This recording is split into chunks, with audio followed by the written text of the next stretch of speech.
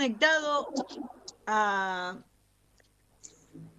a un invitado, a Marcelo Duhalde. ¿Cómo le va, Hola, ¿cómo estás, Ana? Hola, Rubén. Hola, Marcelo? Javier. Hola a todos. Hola, ¿me oyen? Marcelo está ahí, por favor. Sí, yo estoy acá, pero no sé si me Bueno, oyen. vamos a tener que podemos Hola, poner hola, la canción entonces, si les Ahí, hola, parece. hola, ahí, ahí, ahí respondió Marcelo. Ah, bueno. hola, hola, Hola, ¿qué tal? hola. ¿Cómo le ¿Cómo va? estás, Ana? Hola, Rubén. ¿Cómo están, Javier, todos? Hola, No se lo ¿cómo escucha estás? bien.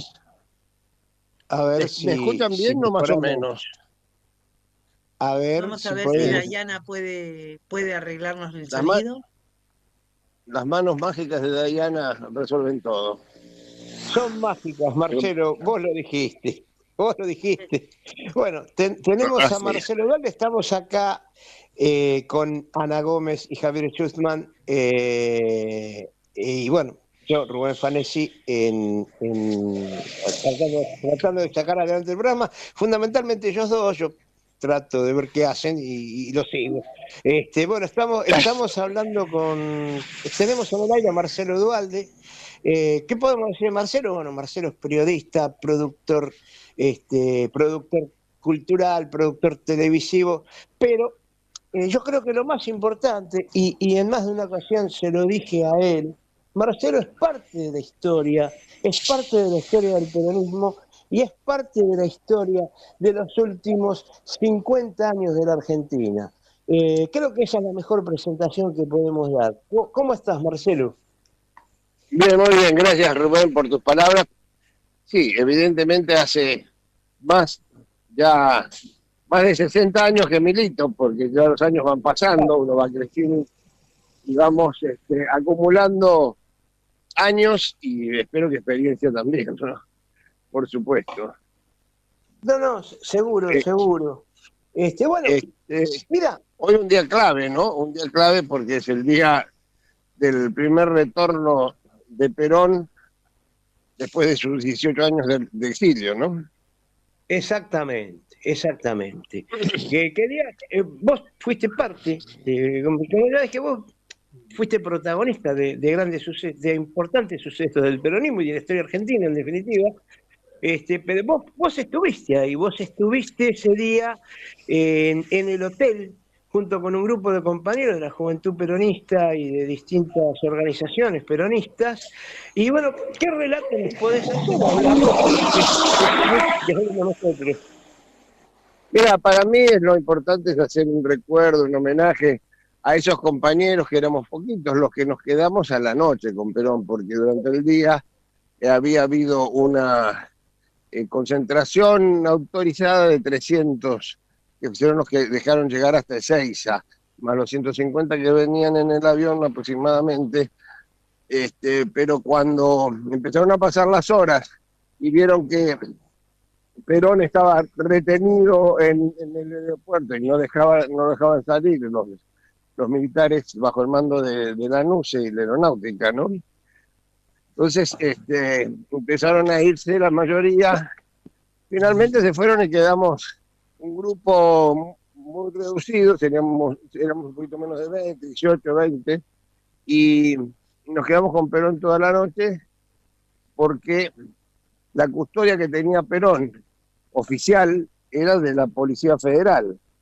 Pero la Policía Federal, cuando vio que nos habían cerrado las puertas del hotel y habían puesto una ametralladora antiaérea en la puerta, sentíamos los aviones que nos pasaban rasando, se oían el ruido de los aviones, que algunos un poco exaltados decían que nos iban a bombardear el hotel.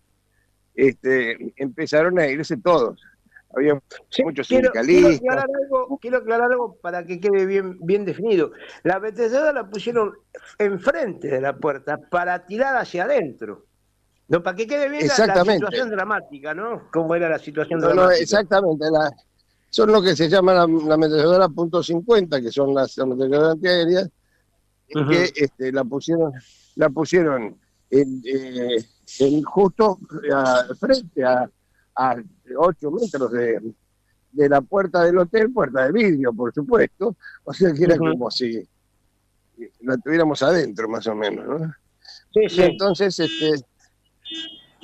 lo, el- la federal tenía tres jefes, los tres desaparecieron, uno se fue al último piso a, se encerró en una habitación, otro se fue al bar del hotel a tomar whisky, y el otro vino y nos dijo, muchachos, ustedes disponen, díganos qué tenemos que hacer. Entonces nosotros les hicimos cubrir las puertas, cubrir las ventanas, pero con uno de los nuestros también, para evitar que se nos metieran por ahí. Porque el temor, había más gente en el hotel, muy poquitos más que estaban en las habitaciones. Toda gente que había ido por Perón o con Perón, ¿no? No eran Ujú. turistas Eh, ni pasajeros, obviamente, ¿no? esto es muy Entonces, importante porque que quede claro, porque él queda como que vino Perón, la primera vez que vino Perón, cuando lo hace bajar, creo que estaba Rucci con el paraguas que le cubría la lluvia, bueno, eh, pero, pero no, Rucci y a Valmedina, sí. ¿cómo? Rucci y a Valmedina, sí, con el paraguas. Arrechaba Medina, pero no hay, ya se perdió la situación dramática. Perón estaba detenido en Ezeiza, rodeado de fuerzas militares, con aviones que Claro, pasaban por porque, encima, como también vos decís. Era una situación dramática, no era el reencuentro con el pueblo, lo tenían ahí detenido y no se no, sabía. En ese lo tenían momento que vos detenido, decís, no se sabía lo que podía pasar, ¿no? no, Seguimos con exactamente, con no, el relato. no sé, porque la foto del paraguas de Rucci es cuando el avión toma tierra, Perón baja por la escalerita, se sube al coche, da una vuelta, se arrima más o menos cerca de donde estábamos los 300 autorizados, se baja, saluda, Rucci le pone el paraguas, sube y no lo dejan seguir viaje para Gaspar Campos. Entonces va a parar al hotel. Perón, muy tranquilo, no para nada se violenta, ni mucho menos. Y entonces va a uno de los salones grandes del hotel y ahí nos hacen pasar a los que nos habíamos quedado, que éramos pocos, como te digo, éramos bastante pocos, 70, 80, una cosa por el estilo, que después se fueron yendo, ¿no? Perón nos recibe en grupos reducidas de 6, 8, 10. Pudimos pasar, saludarlo, darle la mano, hablar unas palabras con Perón. Y después Perón se fue a su habitación. Chao. Tipo las 6 de la tarde, Perón dice que se quiere ir. Entonces, la Policía Federal lleva unos jeeps a la puerta. Todavía no habían montado la ametralladora. Lleva unos jeeps a la puerta y empiezan a cargar las armas largas que tenían. Eran 30, tendrían 20 armas largas, una cosa por el estilo. Cuando terminan de cargar las armas largas, la aeronáutica le secuestra los jeeps con las armas y monta la ametralladora esta que decíamos. Entonces, hay un gran desconcierto.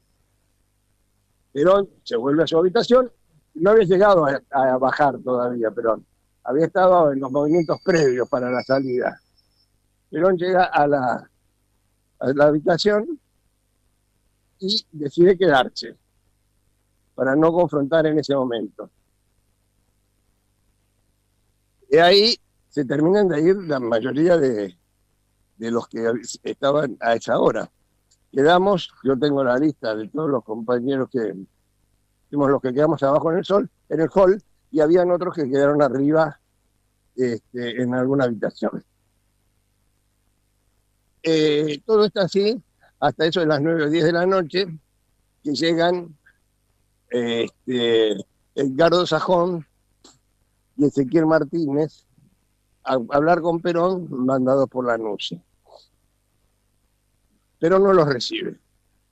Nosotros los echamos del hotel.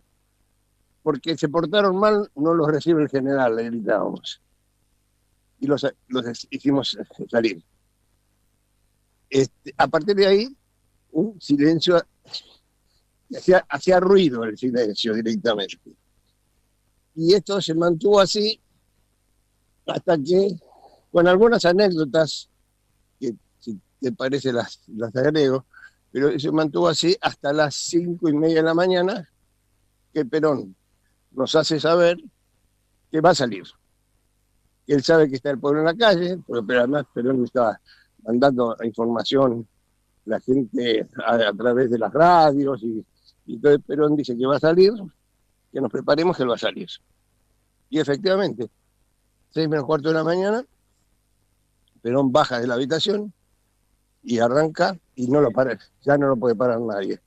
Arranca para la puerta, se trae su coche, algunos coches más que se habían incorporado, y Perón arranca para Gaspar Campos en su primer retorno, en un día maravilloso de el pueblo en la calle, que hace un cordón desde Ezeiza, todo por la Richeri, General Paz, y hasta Gaspar Campos.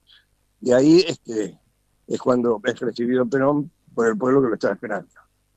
Además de todo el cordón que dura ese enorme trayecto, ¿no?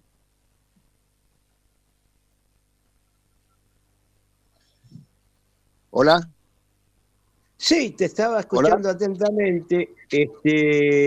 Bueno, en el momento que sale Perón, hubo una autorización para que él pueda llegar a Gaspar Campos, ¿no?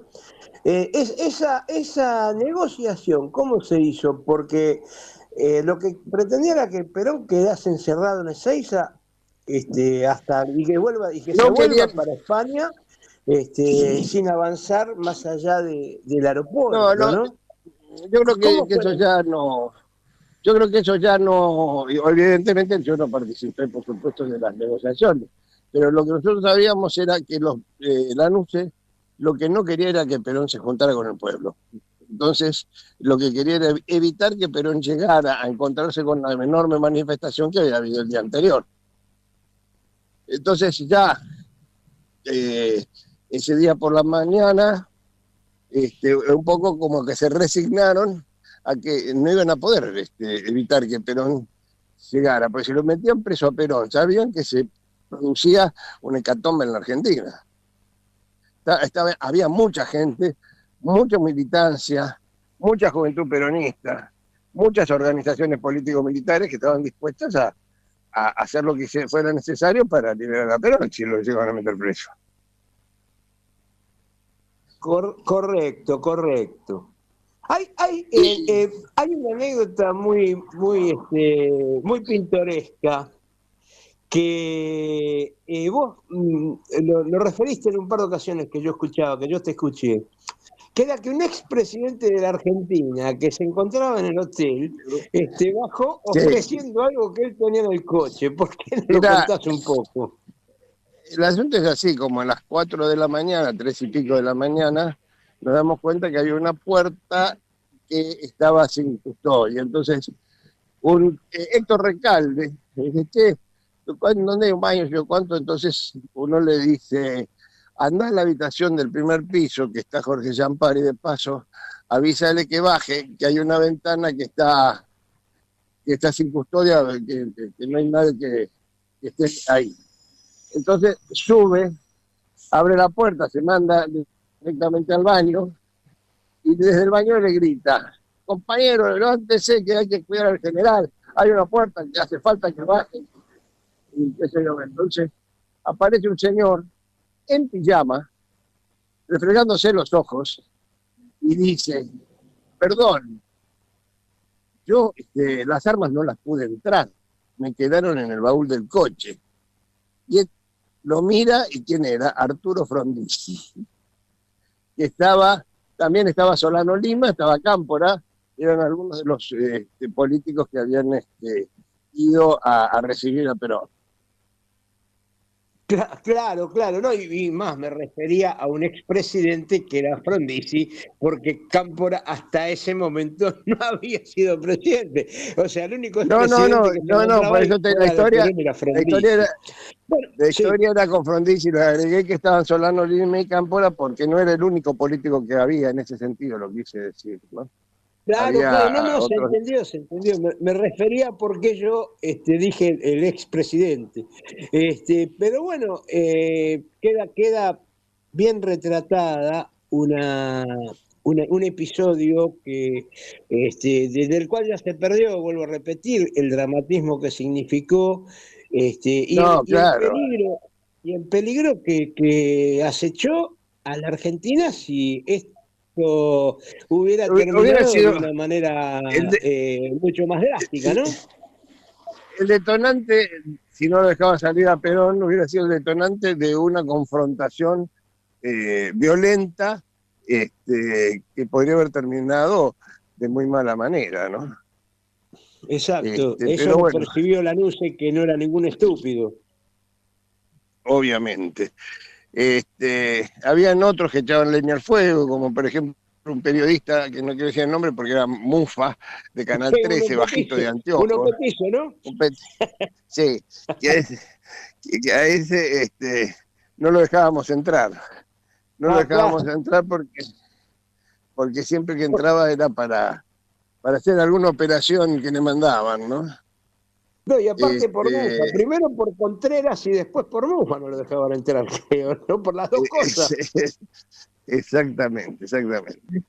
Bueno, Bueno, Roberto, bueno, es un muy buen relato que hiciste. Es importantísimo haber conversado con vos porque vos estuviste ahí. El relato tuyo es de uno de los que estaban adentro, de uno de los que estaban involucrados en esa venida de Perón y en esa defensa de Perón o en ese resguardo, si querés, claro, yo de había Perón. trabajado mucho con Naval Medina en la preparación del el chanter, le decíamos nosotros, en lugar del charter, le decíamos el chanter.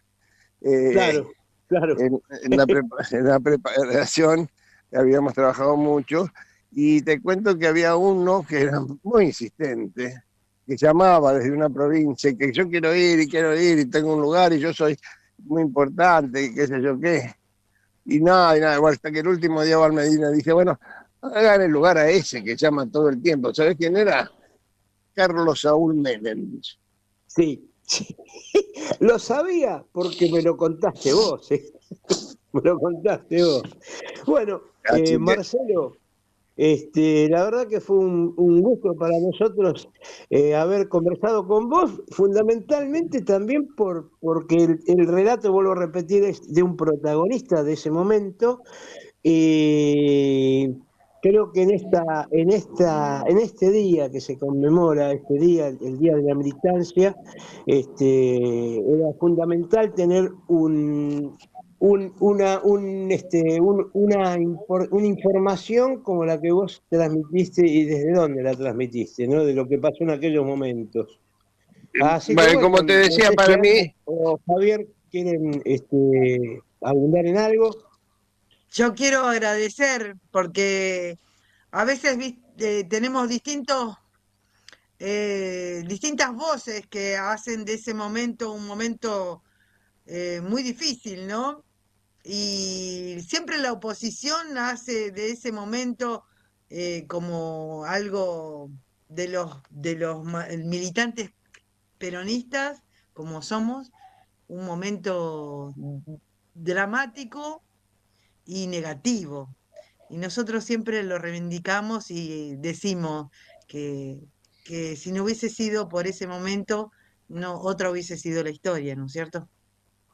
sin ninguna duda, sin ninguna duda, además, lo que no se puede negar es que fue un momento de mucha militancia, de mucha emoción y de un compromiso enorme de todos los compañeros que fueron a cruzar el río Matanza, los que llegaron caminando bajo el agua y todos los que se movilizaron para esperar el retorno del general, ¿no?